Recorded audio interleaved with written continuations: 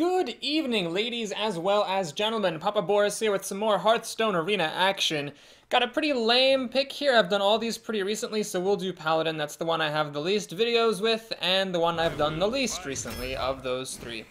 Kicking things off with an epic. Ooh, well, Sword of Justice is definitely good, but I'm gonna go for Sea Giant. It's cheap, it's huge, it wins games. Sword of Justice is often kind of awkward. You play it, you lose your whole turn most of the time, and then it's great with your creatures getting buffed, but it's a dicey thing. Sea Giant, though, is pretty much always just a great endgame card. Argent Protector is annoying as balls. Stranglethorn Tiger, good card, but I'm gonna take the more versatile removal-ish Argent Protector there. Okay, I'm not going to pass on a Boulder Fist Ogre. I'm done passing on these. Just make sure we have our quality 6 drops is the name of this game. Okay, here, all these are playable cards. I'm actually going to grab Light's Justice, though, because Paladins are very light on removal, and having a thing that deals 1 extra damage when you feel like it is really, really nice. It comes into play quite a lot. It's a lot better than it looks, basically. It's also great if you're up against a fellow Paladin, because you can ping off 4 of his recruits with this thing, and that's just awesome. So we're going to take that there. Okay, for us, Wolf Warlord would be a little bit greedy here, just because, yes, I'm a Paladin, but there's no guarantee, so, like, I have my hero ability to put a 1-1 on the field, but there's no guarantee that he's going to be good on turn 5. The Argent Protector is nice, but let's get a nice 3-drop creature. I find that dropping this on turn 3 is just really awesome. It's a pretty decent body, 2-3, and then the 1-1 boar can help in some situations, so we're going to go ahead and grab that there. I just love creatures that are good onto an empty board. Okay, so now it's unfortunate that earlier I took Light's Justice over Silverhand Knight and a Young Brewmaster, because I would have liked either one of those over this junk. So I have to choose between taking a second copy of this weapon or just a generic 2-3, both of which are kind of sucky. Redemption, I'm not going to do Redemption. So the problem with this is it's just a generic 2-3, which is sad. The problem with this is if I draw them both, it's going to take me a long time to use up the first one before I can play the second one. Until then, the second one will be a dead card in my hand, and I don't want to swing at my opponent's face with it necessarily, because then I'm just wasting a lot of potential. So we'll take the generic 2-3, but be pretty pissed about it. Alright, True Silver Champion, easy choice there.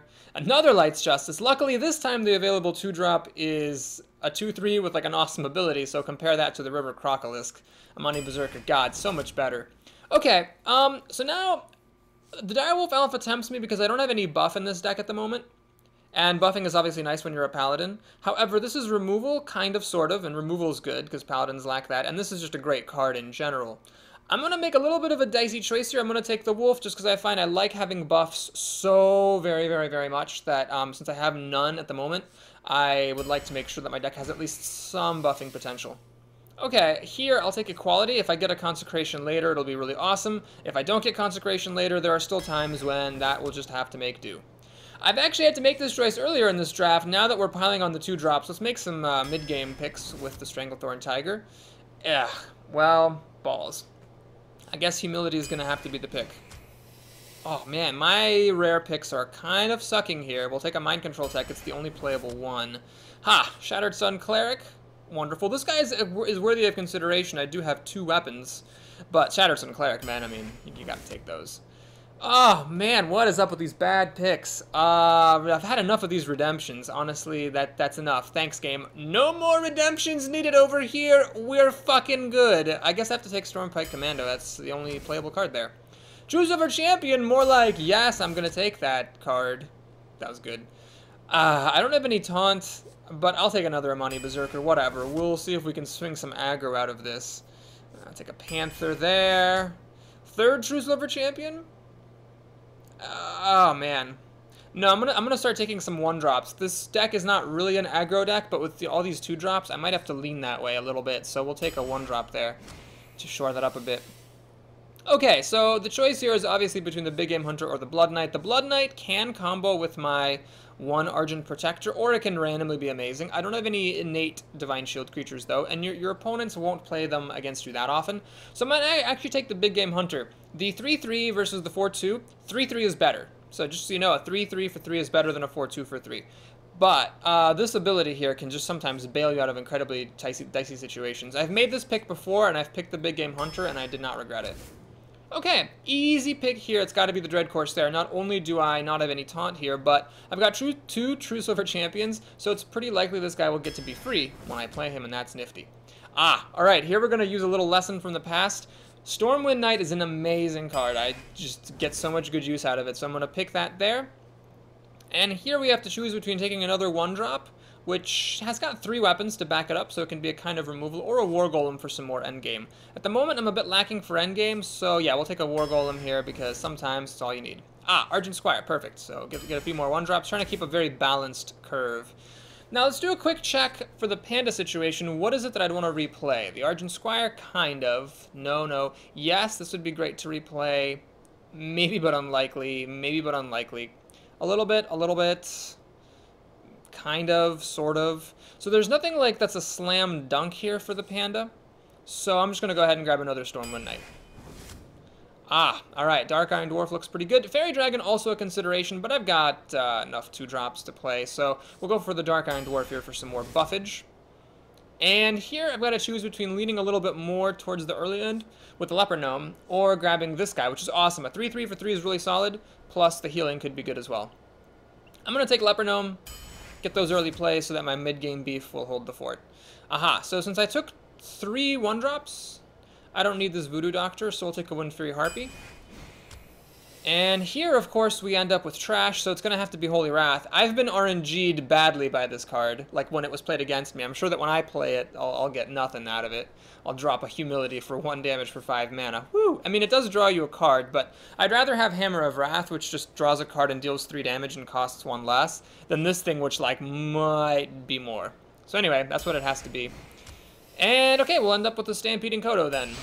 So, this draft I think is actually alright. I think it's fine. It's definitely better than my last Paladin draft that I got. Well, I'm not going to spoil it. It was a mediocre result, let's say. And, I thought that deck was just terrible, so watch me, like, go 2 wins with this one. But I think what it's got going for it is it's got representation all across the curve. We got a few 1-drops. So for the good draw, it can be an aggro, it can like play as if it were an aggro deck. It's got a lot of mid-game stuff that's pretty decent. No Senjins, no Chilliwind Yetis, that is sad, but I do have 2 Stormwind Knights, some champions. I got the Taunting Pirate, and I've got you know, some endgame cards: the Ogre, the Harpy, the Golem, and the Sea Giant. So it's a pretty versatile deck, I think. So like here, you know, we're going to mulligan the Sea Giant, of course, but this guy comes down on turn 1. We got to play on turn 2. Maybe turn 3 we'll just be making a recruit, or maybe I'll draw into something. And, you know, life is good. I might even play this pirate full price. We'll see how it goes. Drawing one of my 2 True Silver Champions, of course, would be better. Okay, this is irritating. Didn't really want to see that. However, we're okay. We're going to play the Berserker, and I'm not going to reveal the Worgen Infiltrator just yet. So what I'd like to do is just save him for a later time and try to enrage my Berserker against the Argent Squire. Now, you know what? I made a mistake. I should have actually attacked. Yeah, because now we can play Cleave. It'll kill this, enrage this, but then the Argent Squire will be able to finish it off. So I just left myself wide open to Cleave, which was a mistake. Harvest Golem is a very good card here against pretty much both of my creatures. So that's a bit sad. It's very sad, actually. There's no question about it. That is sadness in the extreme. What we're going to do here, though, yeah, we'll get rid of this Squire. It sucks, a lot of dongs, that he's going to get to 2-for-1 me with this Golem. But sometimes you just can't avoid that. The Golem is, after all, a very good card.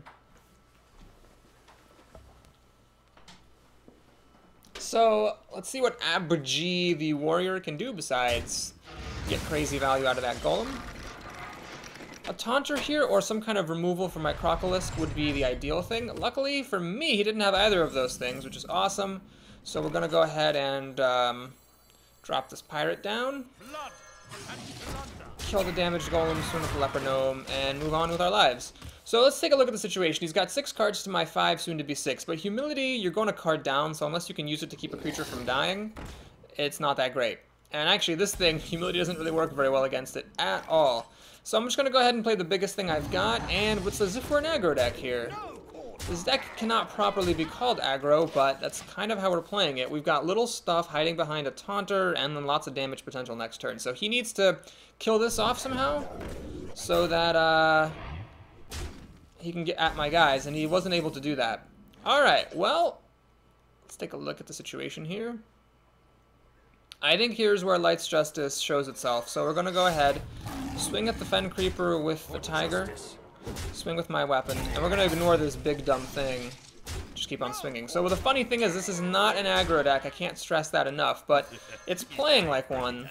So I just happened to get a pretty good draw. You're gonna, as we go in this arena, unless I like lose 0-3 right away, you'll see that there are plenty of games where it's gonna be, you know, fairly slow to start. I mean, I got like 2 of my 1-drops and 2 of my 2-drops. I do have a lot of 2-drops, but 1-drops are only 3, so getting 2 of them this early is actually, you know, quite fortunate. So he's actually got no answer for that taunter. That is crazy. I don't mind that at all. We got this Light's Justice to pick off the Snapjaw, which is what I'll probably do. I don't think it's right to start hitting him with it yet. He's gonna... Okay, well, never mind then. He's gonna Panda up to get that guy back in full health. Yep.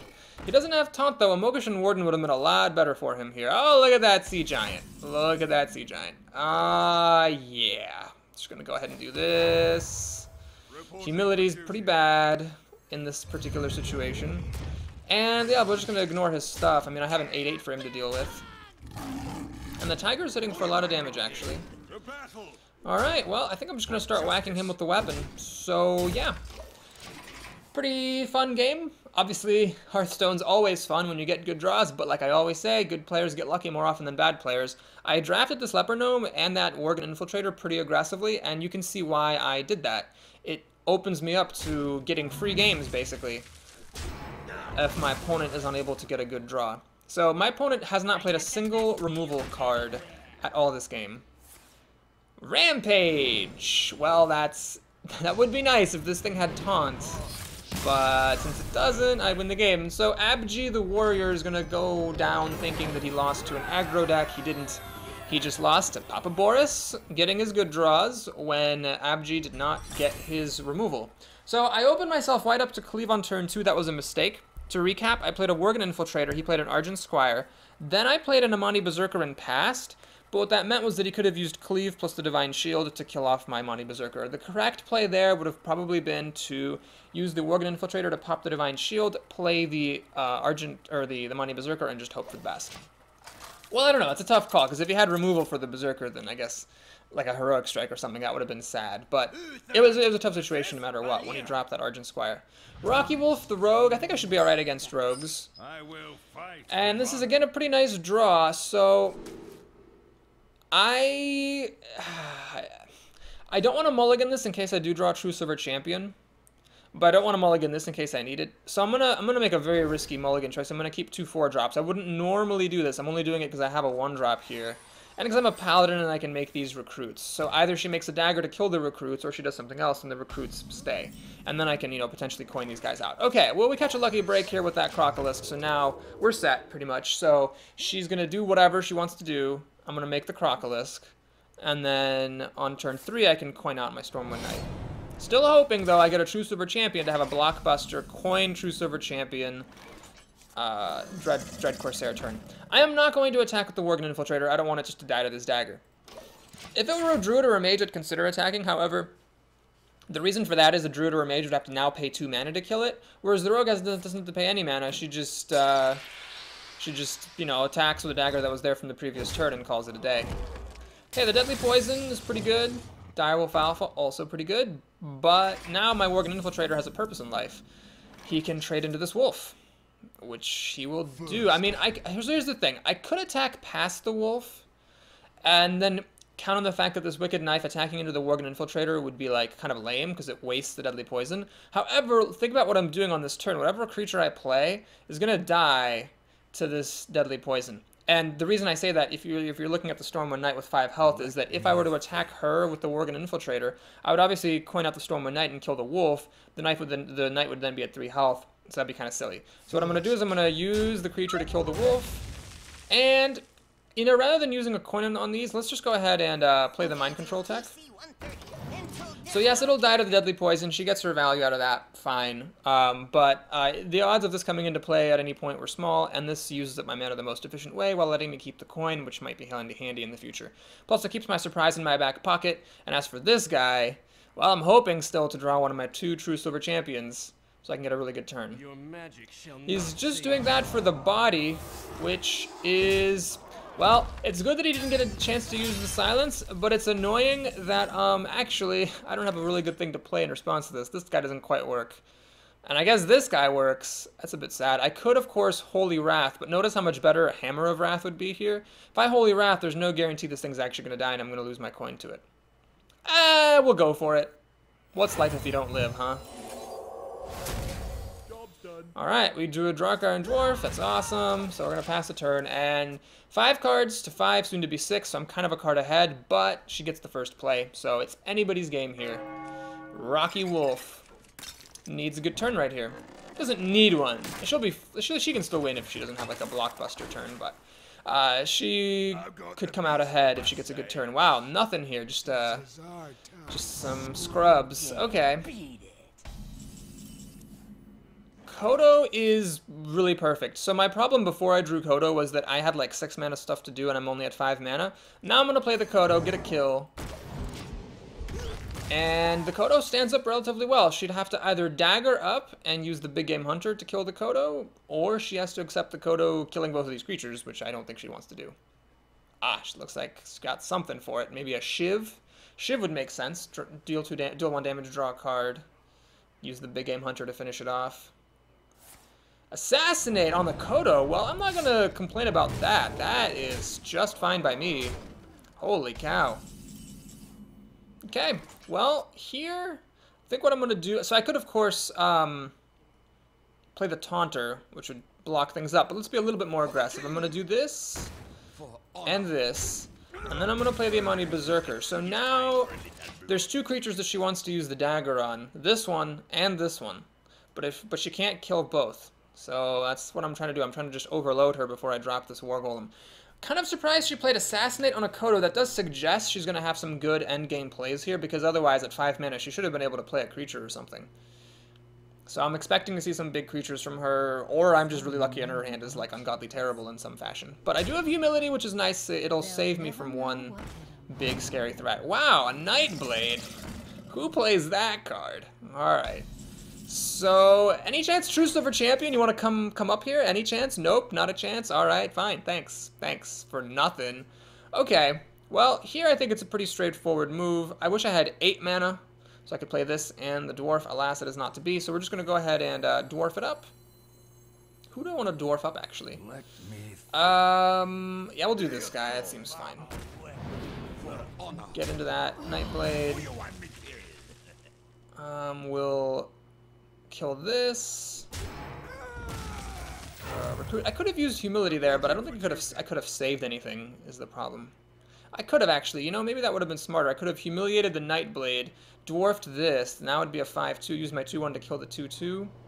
Yeah, that would have been good. That would have been a good use of Humility. So if she plays something really, really big later, like a Boulder Fist Ogre, I'll be happy to still have this, but I missed a chance to get a good use out of it. Oh, I didn't play around Betrayal. Fuck me sideways. That Recruit should have been in the middle.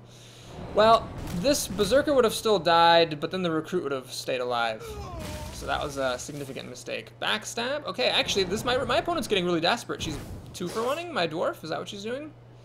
Yeah, she 2-for-1'd my Dwarf, and that, oh my god, well, my opponent's really screwed now. So it's a good thing I kept Humility, because now I can do this, and this. She's also used a Silence already, but that's what she needs to get. She needs to get a Silence, or a Panda. I mean, that's pretty much it. Otherwise, she is really hosed, because her minions are expensive, and this guy doesn't actually deal any damage.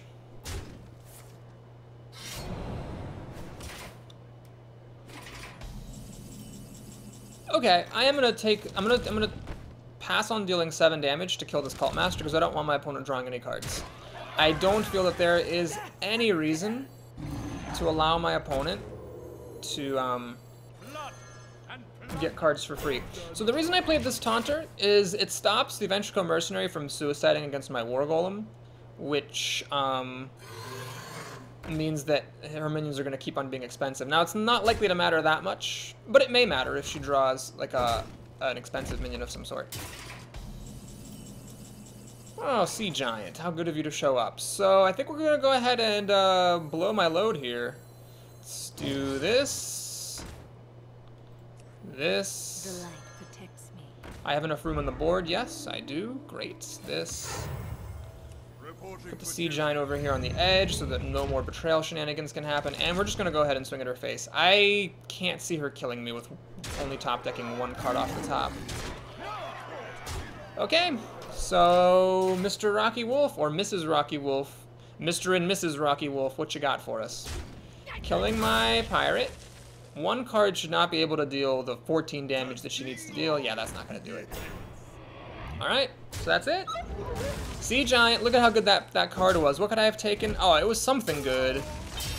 I could have taken... Crap, I can't remember what the other epic was that I could have taken. But anyway, you can see why I took the Sea Giant, is what I'm trying to say. Alright, so no True Silver Champion. I do have 2 of them in this deck, yeah? I've got 2 of them in here. I've never seen one. Yep, 2 True Silver Champions. I've seen the Pirate, like, both times, and have not seen the True Silver Champion once. But anyway, as I said in the beginning, I thought this deck was pretty decent, and it performed quite well in both of those games, so I'm excited to keep on playing. But for those of you with short attention spans, this will be it for now. If you enjoyed the video, please like and or subscribe, and if you want to see how the arena run ends, then stay tuned, because the rest of the games are going to be coming up shortly. I'll see you then.